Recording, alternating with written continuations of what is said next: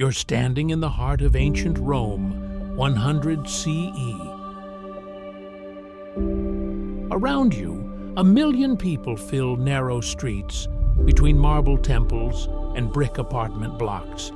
The air carries smoke from bread ovens and the distant roar from the Colosseum. This city controls more land than you can walk in a lifetime.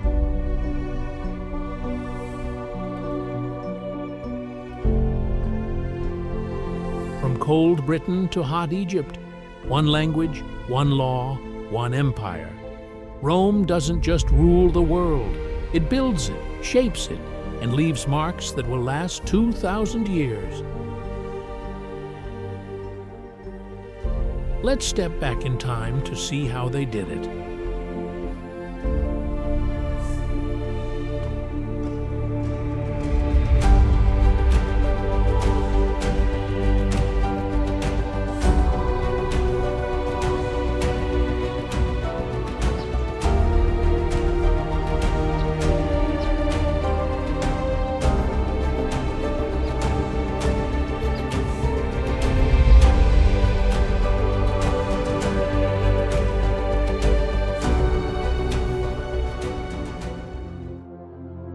At its peak, the Roman Empire stretches across 3 continents, holding together 50 million people under a single banner.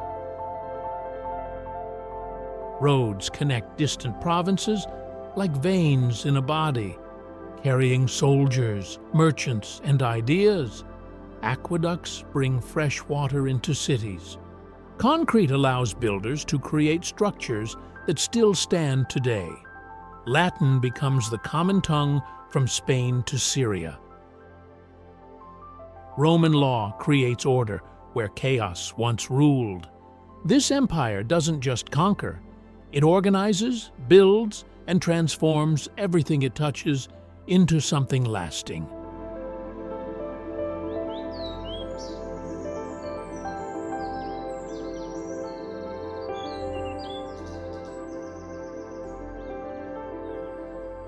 You're standing in the Roman Forum, the center of ancient Rome, where everything important happens. Around you, marble temples rise above crowds of people moving through open spaces. Stone columns line wide paths. The ground beneath your feet is worn smooth by thousands of footsteps over many years. Senators in white togas walk toward large government buildings.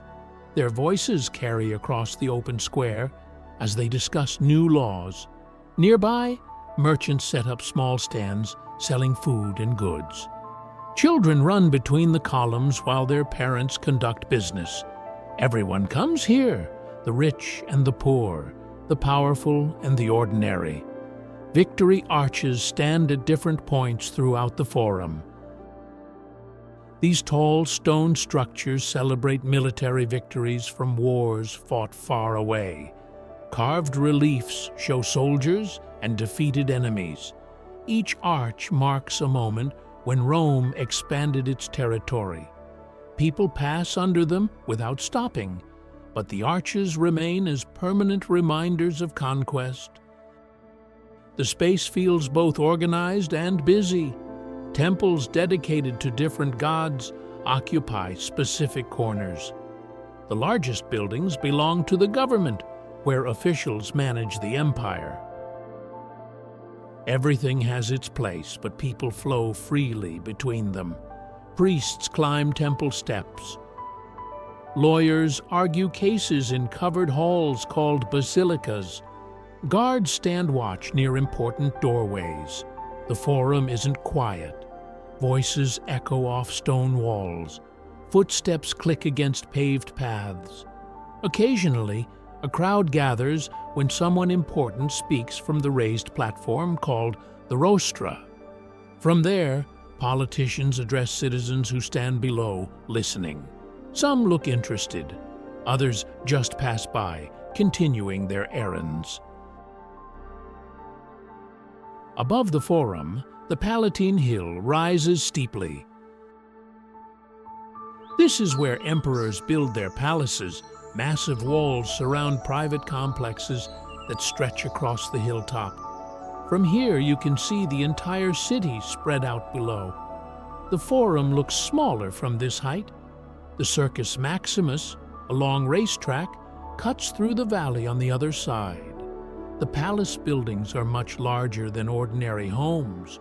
Rooms connect to other rooms through long hallways.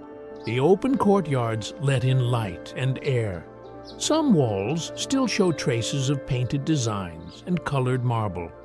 Columns support high ceilings. Floors are made from small stone pieces arranged in patterns called mosaics. Guards stand at entrances, controlling who enters. Servants move through the corridors carrying water and supplies. The emperor's family lives here away from the crowds below. Gardens grow in protected areas with fountains and planted trees. Everything about this place signals wealth and power. You can walk through some of the remaining structures. Arched doorways lead from room to room. Windows overlook the city. Staircases connect different levels. The scale is impressive. These aren't just homes. They're statements about who controls Rome. The hill itself provides natural defense. The steep slopes make it harder to reach. Anyone approaching can be seen from above. This location was chosen carefully, combining security with the best views in the city. From the palace terraces, an emperor could look down on both the religious center at the capital and the public spaces of the Forum.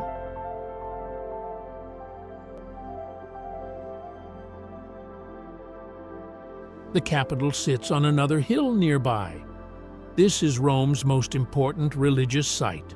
At its summit stands the great temple dedicated to Jupiter, king of the gods. Wide stone steps lead up to the temple entrance. Citizens climb these steps to pray and make offerings. The temple building is large and rectangular, with tall columns across its front. Inside, a statue of Jupiter dominates the main room. Priests perform ceremonies here.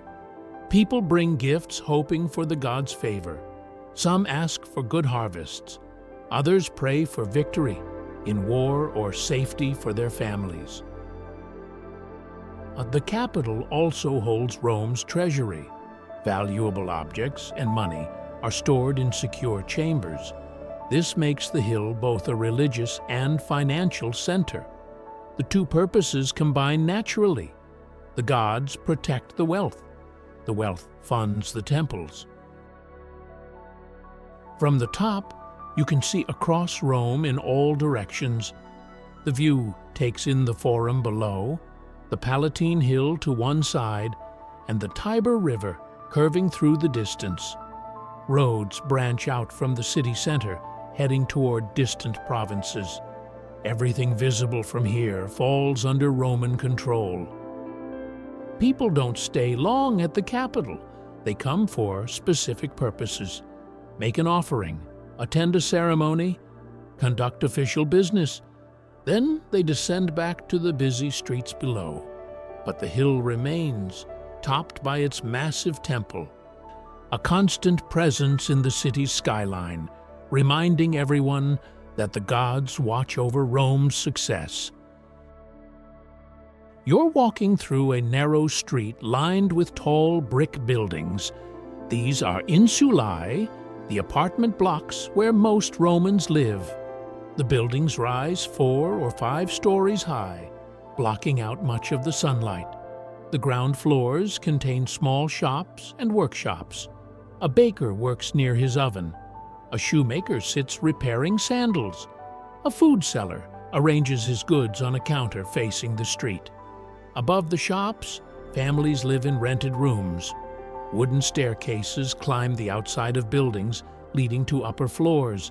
The higher you go, the cheaper the rent becomes. Wealthier families occupy the lower levels with more space and better access. Poorer residents crowd into smaller rooms at the top. The buildings share walls with their neighbors. Sounds carry between apartments. You can hear conversations, babies crying, and people moving around. Laundry hangs from windows, and balconies drying in whatever breeze reaches these narrow streets. Smoke rises from cooking fires on various levels. These streets feel crowded. People move in both directions.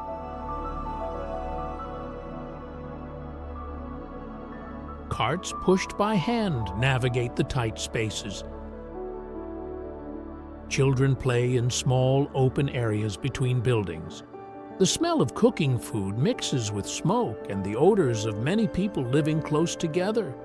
This is how the vast majority of Romans experienced daily life, packed into these efficient but cramped structures.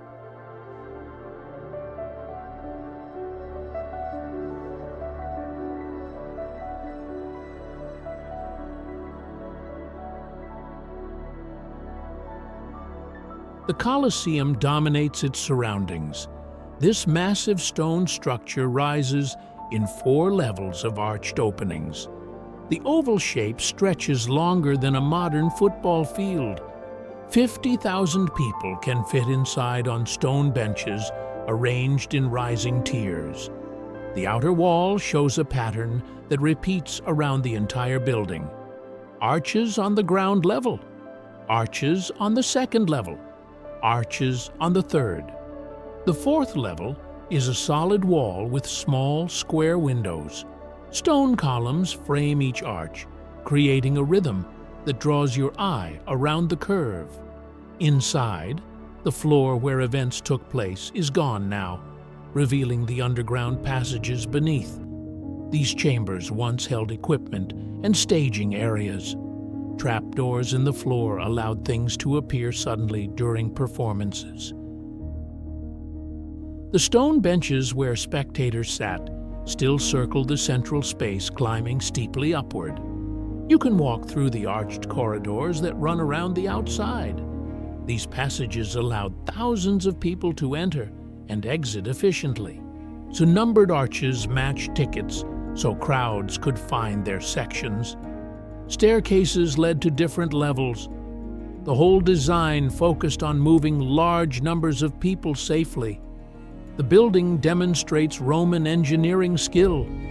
The weight of all that stone required careful planning. Concrete and precise measurements made this size possible. The structure has lasted nearly 2,000 years, despite earthquakes and stone thieves who removed pieces for other buildings. What remains still shows the scale of Roman ambition.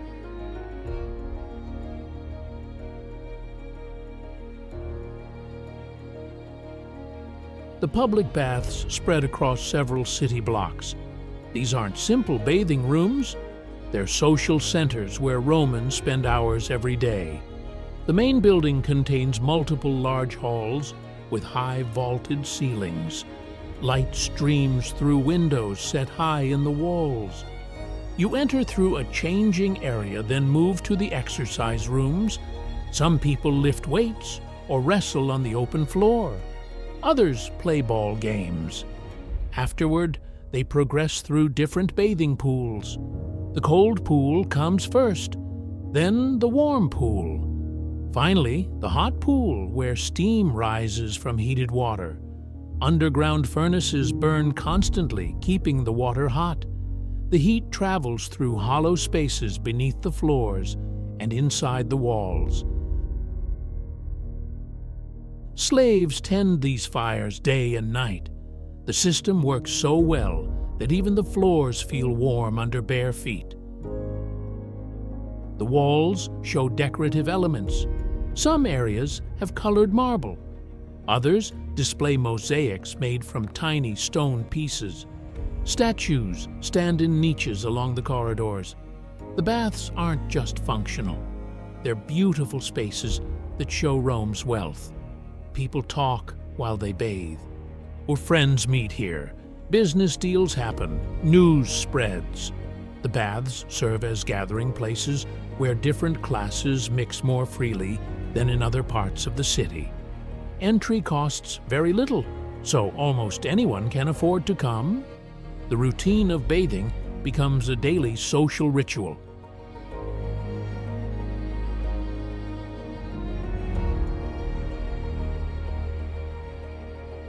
The Pantheon looks different from other Roman temples. Instead of the usual rectangular shape, this building is circular with a massive dome on top. The front porch has tall columns and a triangular roof like traditional temples. But behind that, the structure becomes something unique. Inside, the space opens up into a perfect sphere. The dome rises high above, creating a ceiling that curves smoothly down to meet the walls. At the very top, a circular opening lets in sunlight and rain. This hole, called the oculus, is the only source of light. The beam of sunlight moves across the interior as the day progresses. The dome's size impresses everyone who enters. It spans more than 140 feet across, with no visible supports holding it up. Roman builders mixed their concrete carefully, using lighter materials higher up. The walls are 20 feet thick at the base, providing enough strength to support all that weight above. Water that falls through the opening drains away through small holes in the floor. The building was designed knowing rain would enter. On sunny days, the light beam illuminates the coffered ceiling panels that cover the dome's interior surface. These square indentations reduce weight while creating visual patterns. The Pantheon serves as a temple to all the gods. Different statues once occupied spaces around the circular wall.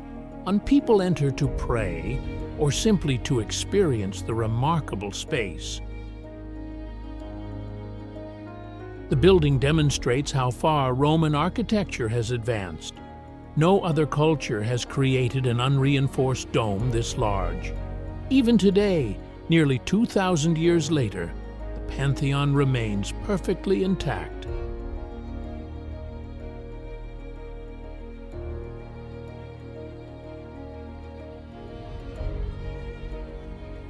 Water flows into Rome through stone channels built across the countryside.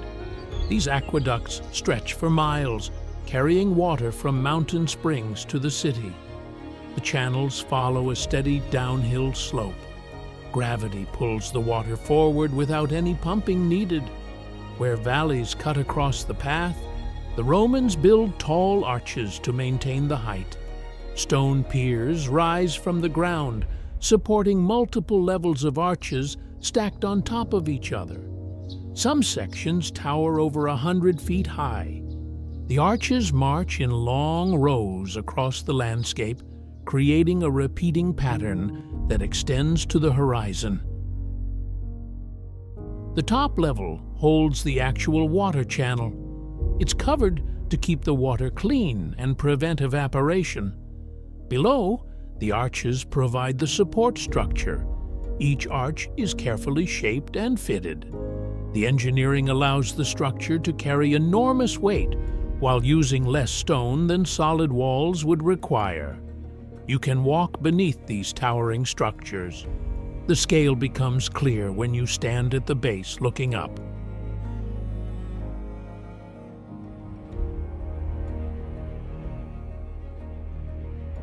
Farmers work fields nearby. Roads pass underneath the arches. The aqueducts don't interrupt daily life. They simply rise above it, connecting distant water sources to the growing city. Multiple aqueducts serve Rome. Each one brings water from a different source.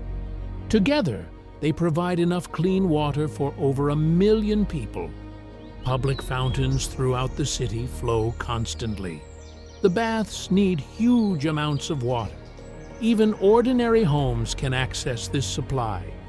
This system makes urban life on this scale possible.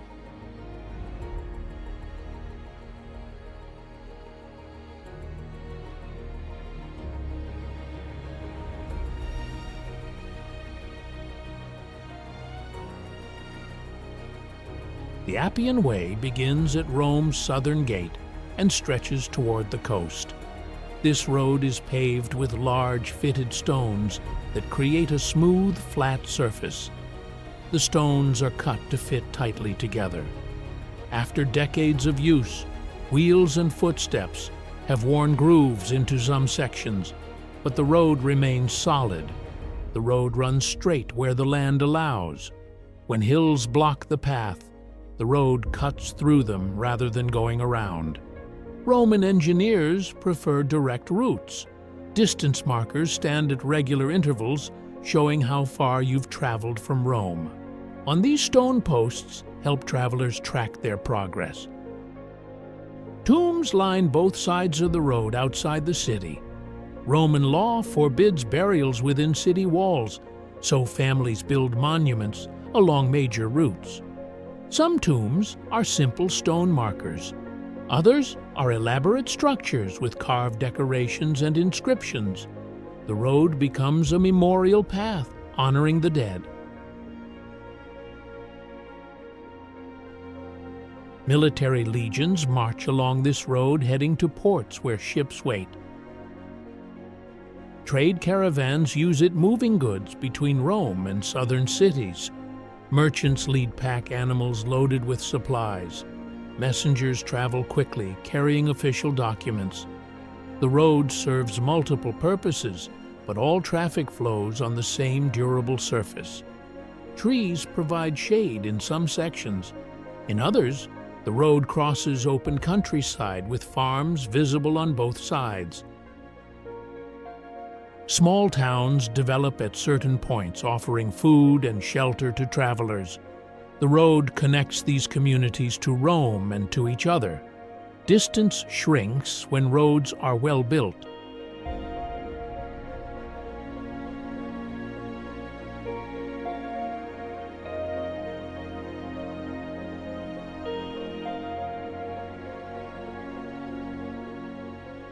The Tiber River curves through Rome, dividing the city into sections.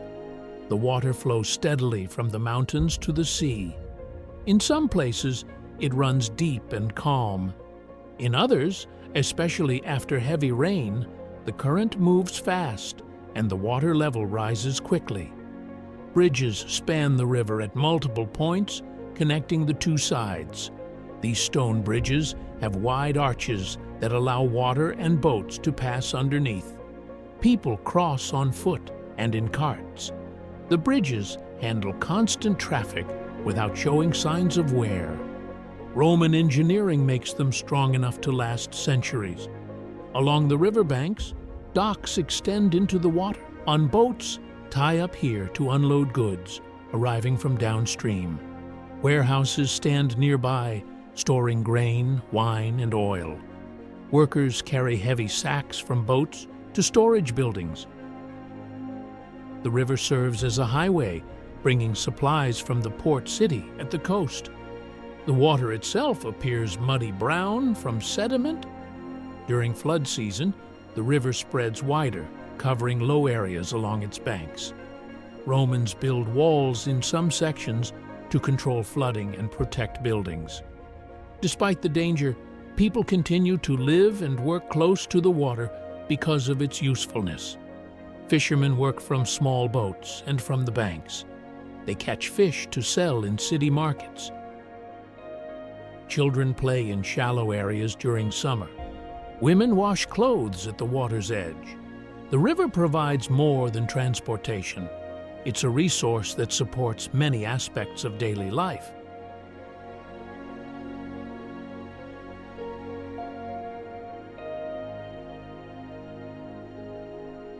Within the dense city, open green spaces offer relief from crowded streets. These gardens are planted with trees that provide shade.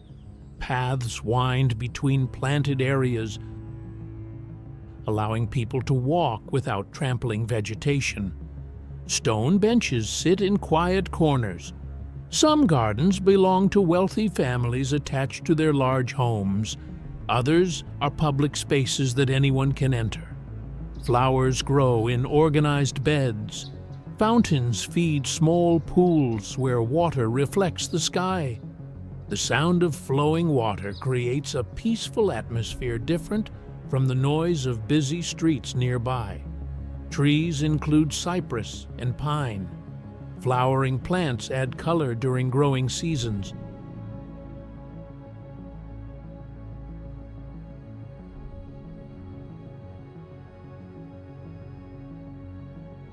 Gardeners maintain these spaces, pulling weeds and trimming plants. The work is constant, but the results show careful attention. Even in a city built from stone and brick, Romans make room for living plants. People come to gardens to escape the heat. They sit in shade, reading or talking quietly. Some gardens have walking paths long enough for exercise. Others are small, intimate spaces meant for a few visitors at a time. The variety shows that Romans understand the value of planned natural spaces. Vines grow on structures built to support them. Grapevines produce fruit while providing additional shade.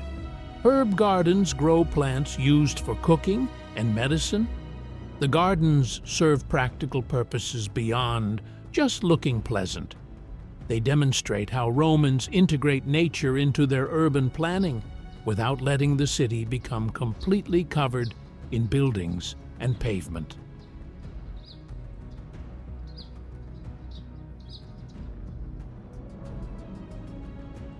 The port city of Ostia sits where the Tiber River meets the sea. Ships from across the Mediterranean arrive here carrying grain from Egypt, olive oil from Spain, and wine from Greece. The harbor fills with vessels of different sizes. Sailors shout to each other across the water. Dock workers move in organized groups unloading cargo. Warehouses line the streets near the docks. These large brick buildings have thick walls and small windows.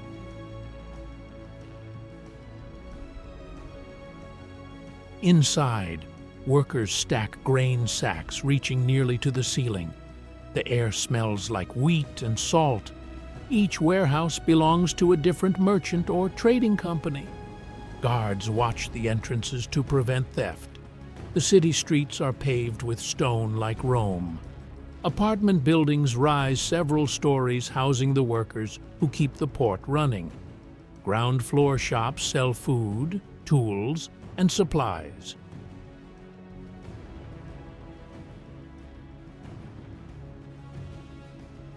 A forum provides open space for public gatherings.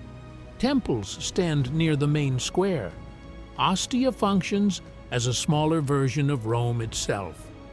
You can walk through covered markets where merchants display their goods. Fresh fish caught that morning sits on tables. Pottery from North Africa stacks in careful rows. Fabric from the eastern provinces hangs from hooks. The variety shows how trade connects distant places to Rome's economy. Bath complexes serve the port community. After long days of loading and unloading ships, workers come here to clean off sweat and dirt. The baths are smaller than Rome's grand structures, but serve the same social purpose. People gather, talk, and relax together. Ostia exists because Rome needs constant supplies. A city of 1 million people cannot feed itself from nearby farms alone. Ships bring food from provinces across the empire. The port handles this flow of goods efficiently. What arrives here travels up the river to Rome within days.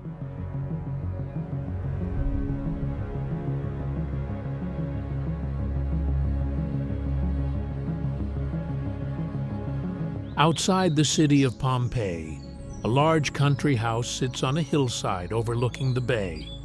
This villa belongs to a wealthy Roman family who uses it as a retreat from urban life. The building wraps around open courtyards where columns support covered walkways. Rooms branch off these central spaces. The most striking feature is the painted walls in one particular room. Bright red panels cover the walls from floor to ceiling. Painted figures appear life-sized, showing scenes that tell a story. The colors remain vivid even though the paintings are ancient. The figures wear flowing robes. Some hold objects. Others appear to be dancing or performing rituals. Other rooms show different decorative styles. Some walls display painted gardens, creating the illusion of looking outside. Others have geometric patterns or scenes from mythology. And floors are covered with mosaics made from tiny colored stones arranged in designs. Every surface receives attention. Beyond the main house, farmland spreads across the property. Grapevines grow in organized rows. Olive trees cover the slopes. The villa produces wine and oil that generate income for the family. Farmers who work the land live in smaller buildings on the estate. The location offers views of the sea and surrounding countryside. Mountains rise in the distance. The air is cleaner here than in crowded cities. Wealthy Romans value these country properties where they can escape urban noise and summer heat. The villa demonstrates how fortune earned in the city buys comfort in the countryside. Scattered across the landscape outside Rome, large farming estates dominate the rural economy. Each villa sits at the center of extensive farmland. The main house where the owner's family lives combines comfort with practical design. Thick walls keep interiors cool during summer. Courtyards allow breezes to flow through the building. Around the main house, other structures serve specific purposes. Barns store grain and hay. Workshops contain tools and equipment. Wine presses crush grapes during harvest season. Storage buildings hold large clay jars filled with olive oil or wine. Everything needed to run a productive farm exists within the estate boundaries. Workers live in simple quarters near the fields they tend. Some are enslaved people who work without payment. Others are free farmers who rent land from the owner. During planting and harvest, many hands work together in the fields. The rest of the year, maintenance and animal care continue steadily. The fields themselves show careful organization. Wheat grows in some areas. Grapevines cover hillsides where drainage is good. Olive groves occupy rockier ground. Vegetable gardens supply food for people living on the estate. The land use reflects knowledge passed down through generations about what grows best where. These estates produce surplus beyond what the workers need. That extra food travels to Rome, feeding the urban population. The connection between city and countryside remains strong. Wealthy urban families own rural land. Farm products supply city markets. The system links both environments in mutual dependence. Beneath Rome's streets, networks of tunnels extend for miles underground. These passages were dug through soft rock to create burial chambers. And the walls are carved with rows of rectangular openings where bodies were placed. Each opening is just large enough for one person. After burial, a stone slab sealed the opening. The tunnels are narrow with low ceilings. You must walk carefully in the dim light. Side passages branch off the main corridors, leading to additional burial areas. Some sections have small rooms where families could gather. Simple symbols carved into walls mark different areas or identify specific burial locations. Early Christian communities used these spaces for more than burials. When practicing their religion was dangerous, they gathered here away from public view. The catacombs provided privacy and safety. Simple crosses scratched into walls show their presence. Short inscriptions name the dead and sometimes include prayers. The air feels cool and slightly damp. The temperature stays constant regardless of the season above ground. Sound behaves strangely here. Footsteps echo down long corridors. Voices carry farther than expected. The darkness beyond lamplight feels complete. Walking these passages reveals how extensive the networks became. Some catacombs hold thousands of burial spaces. Multiple levels stack on top of each other, connected by staircases carved from rock. The size reflects centuries of continuous use by communities who needed burial space but couldn't afford land above ground. These underground spaces show an alternative side of Roman life. While grand buildings and monuments dominate the visible city, beneath the surface, a different world exists. Here, Ahaman people and those following new religions created their own spaces carved from the earth itself.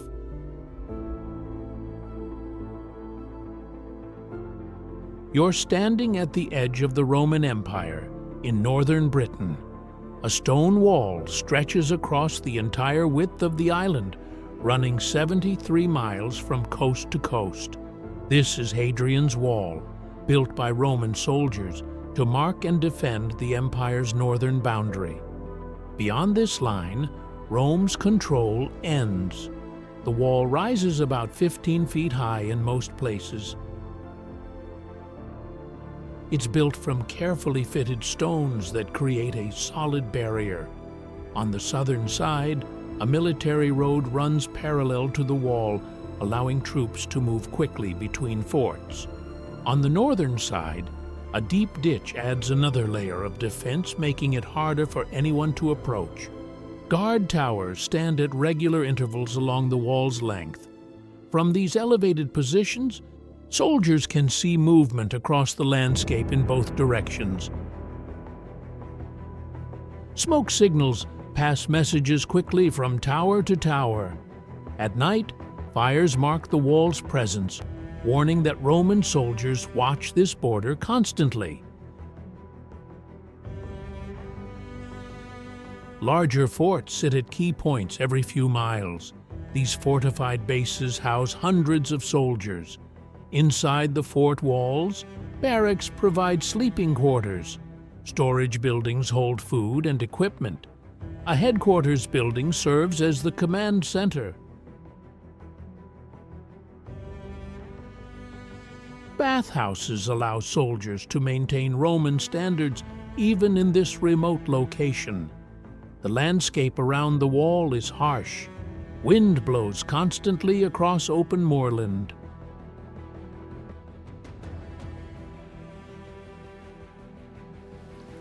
Rain falls frequently, turning the ground muddy.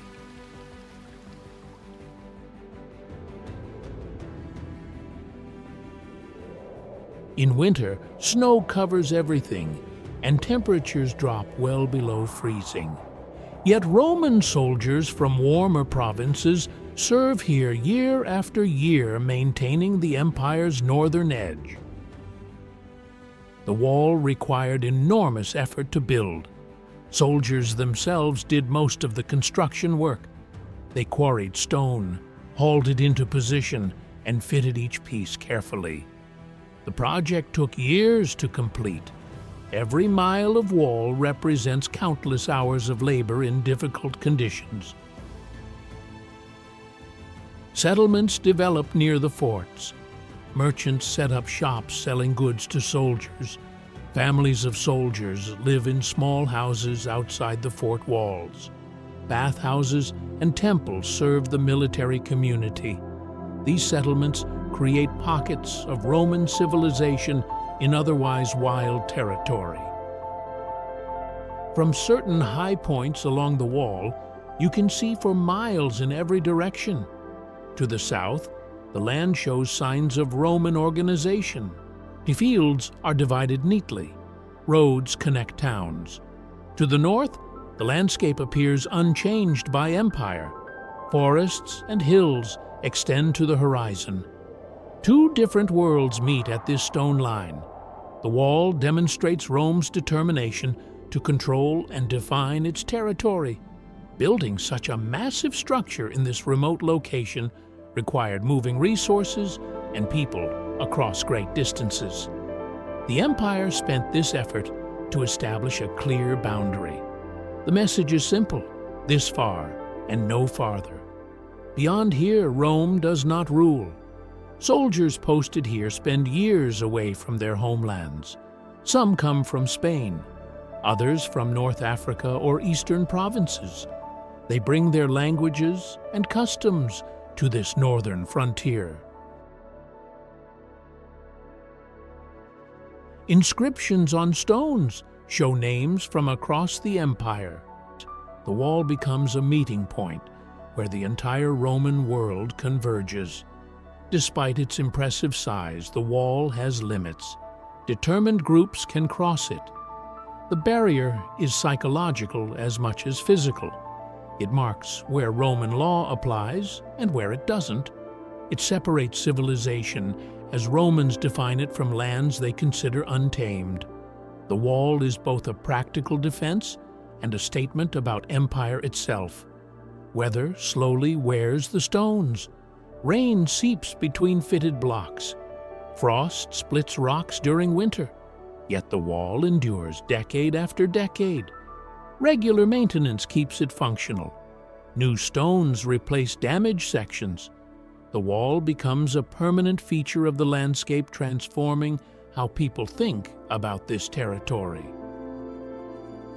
Life at the wall follows military routine. Soldiers patrol regularly. Guards change shifts at set times. Supplies arrive from the south on schedule. Training exercises keep troops ready. The days follow predictable patterns, even as seasons change dramatically around them. The wall represents both Rome's power and its limits. The empire can project force to this distant edge. It can organize thousands of workers to build across difficult terrain. It can supply and defend this position indefinitely.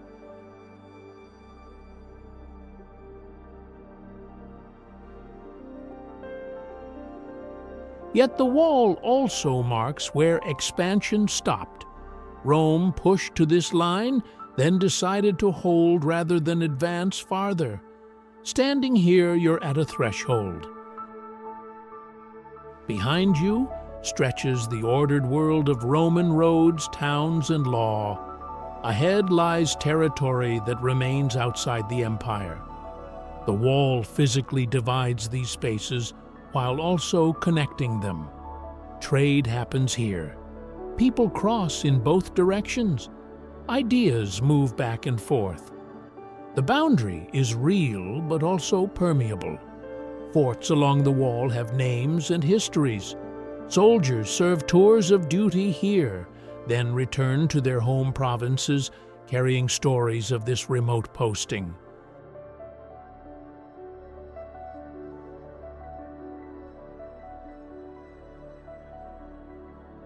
Some marry local women and settle permanently. Their children grow up as both Roman and British, understanding both worlds that meet at the wall.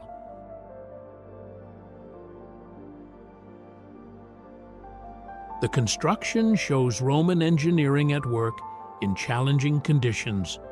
Foundations were dug carefully. Drainage systems prevent water damage. The design accounts for the uneven terrain, adjusting height and thickness as needed. Even in this difficult location, Roman standards of construction remain high. This wall will stand for centuries. Long after the empire falls, the stones will remain marking where Rome once drew its line. Future generations will walk along its length, wondering at the ambition required to build it. The wall becomes a monument to imperial power and human determination, surviving far beyond the civilization that created it.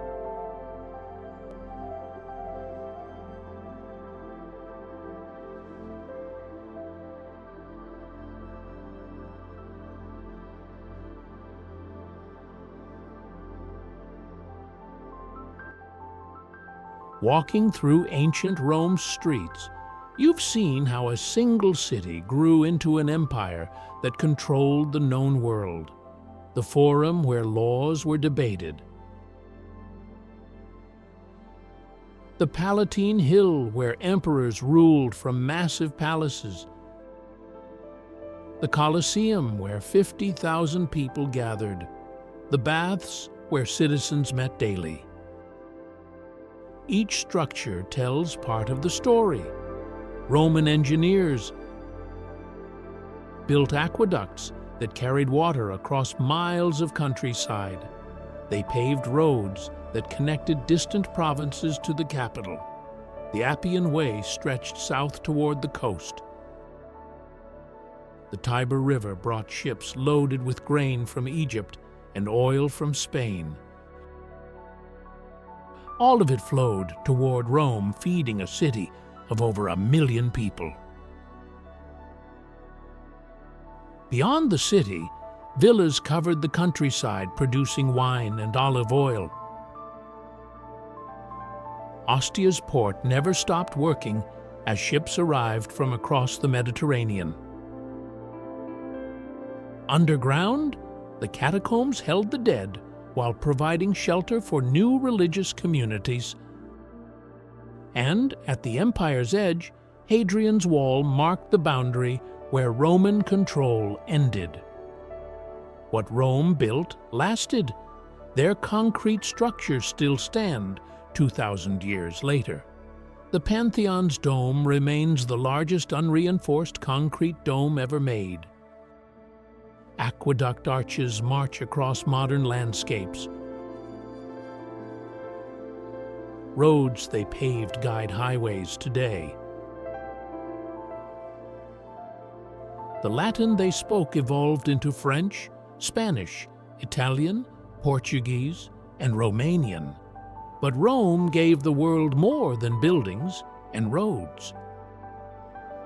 Roman law created systems for resolving disputes, defining property rights, and organizing government. Many modern legal codes trace their origins to Roman principles. The idea of citizenship, of rights and responsibilities shared by people across different regions, came from Rome's model. They took many different peoples and bound them together through infrastructure and shared identity. A person in Britain could use the same coins as someone in Syria. A merchant in Spain followed the same laws as a trader in Egypt.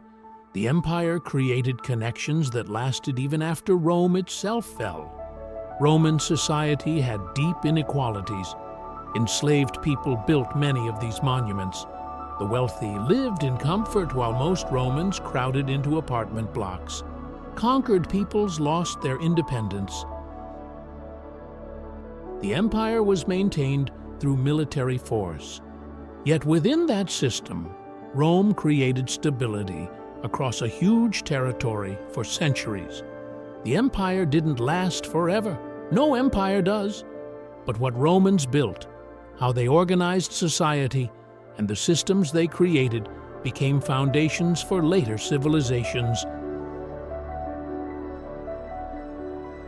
Medieval kingdoms used Roman law.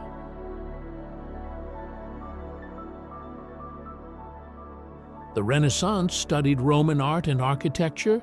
Modern governments borrowed Roman political structures. 2,000 years later, we still see Rome's influence. Government buildings echo Roman temples with their columns and triangular roofs. City planners design forums and public spaces. Engineers study Roman construction techniques. Latin phrases appear in legal documents and scientific names. Rome's legacy isn't just in ruins. It's woven into how we organize cities, write laws, and think about civilization itself. Thank you for traveling back through time to walk Rome's ancient streets. These stones remember an empire that shaped the world. Keep that sense of wonder alive as you explore more journeys through history.